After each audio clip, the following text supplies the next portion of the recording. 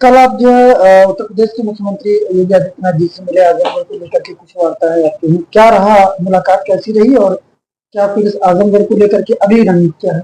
बहुत अच्छी मुलाकात रही और महाराज जी ने बहुत आशीर्वाद दिया और उन्होंने कहा कि बहुत अच्छा आप लड़े चुनाव, बस आपको आजमगढ़ छोड़ना नहीं है। और ये बात पहले भी मैं कहता था कि मैं जीतूं या हारूं, आजमगढ़ की जिम्मेदारी अगर मुझे दे दी है पार्टी ने कार्यकर्ता के रूप में, तो मैं छोड़ने वाला नहीं। मैं यहाँ रह के और जो भी विकास कार्य है उसको आगे बढ़ाएंगे, क्योंकि देखिए केंद्र में भी हमारी सरकार बन गई और प्रदेश में हमारी सरकार है ही।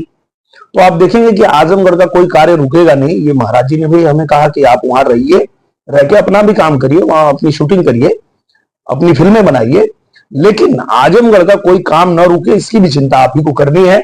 क्योंकि भले जीत गए हैं धर्मेंद्र जी, पर आजमगढ़ के काम करने वाले सांसद आप ही हैं, तो यहाँ जो काम होगा वो तो हम ही करने वाले हैं। तो इसलिए आजमगढ़ को भी चिंता करने की आवश्यकता नहीं है। 3,47,000 लोगों ने मुझे आशीर्वाद दिया और उस आशीर्वाद के दम पे मैं यहाँ खड़ा हूं। मैं यहीं रहूंगा और यहाँ रह के, और 5 साल बाद जब फिर से चुनाव होगा तो हम लोग पूछेंगे सवाल कि भाई हमने 2 साल में आजमगढ़ में जो जो किया था वो जनता के सामने है। जनता भी पूछेगी कि 2 साल में हम लोगों ने नई रेलवे लाइन पास करवा लिया, हमने महायोजना पास करवा लिया, हम लोगों ने यहाँ सारी सड़कें बना दी, हम लोगों ने यहाँ विश्वविद्यालय बनवा दिया, हम लोगों ने यहाँ अटल आवासीय विद्यालय बनवा दिया, हमने 2 साल में यहाँ संगीत विद्यालय बनवा दिया, हमने आजमगढ़ में रिंग रोड पास कराया है। अभी जा रहा हूं और गडकरी जी से मिलके, और उसको भी तेजी से आगे बढ़ाऊंगा, उसको भी अभी तुरंत कराना है मुझे। तो ये सारा काम, और मैं कोशिश ये भी करूंगा कि उनको ले आऊं आजमगढ़, ताकि आजमगढ़ के जो और भी जो बड़े बड़े कार्य हैं उनको भी हम लोग करवाएं।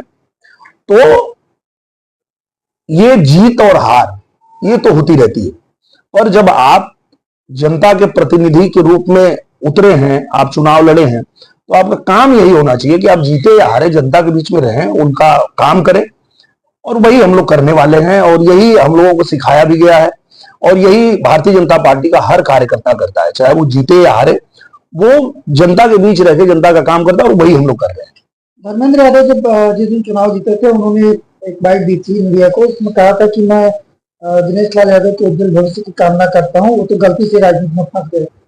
आज इत्तेफाक से आप सामने बैठे हैं, तो अब उनको क्या मैसेज आप अपनी तरफ से देना चाहेंगे? मैं उनको यही कहना चाहूंगा, धर्मेंद्र यादव जी को, माननीय सांसद जी को, कि वो ठीक से पता करेंगे तो उनको पता चलेगा कि मेरा भविष्य बहुत उज्जवल है ऑलरेडी, और मैं अपने कार्य के साथ साथ यहाँ जनता की सेवा करने के लिए आया हूँ। जनता ने मुझे मौका दिया था और मैंने 2 साल में जो करके दिखाया है, आप 5 साल में कर लीजिए, फिर हमको शुभकामना दीजिएगा, फिर 5 साल बाद मिलते हैं आपसे यहीं आजमगढ़ में।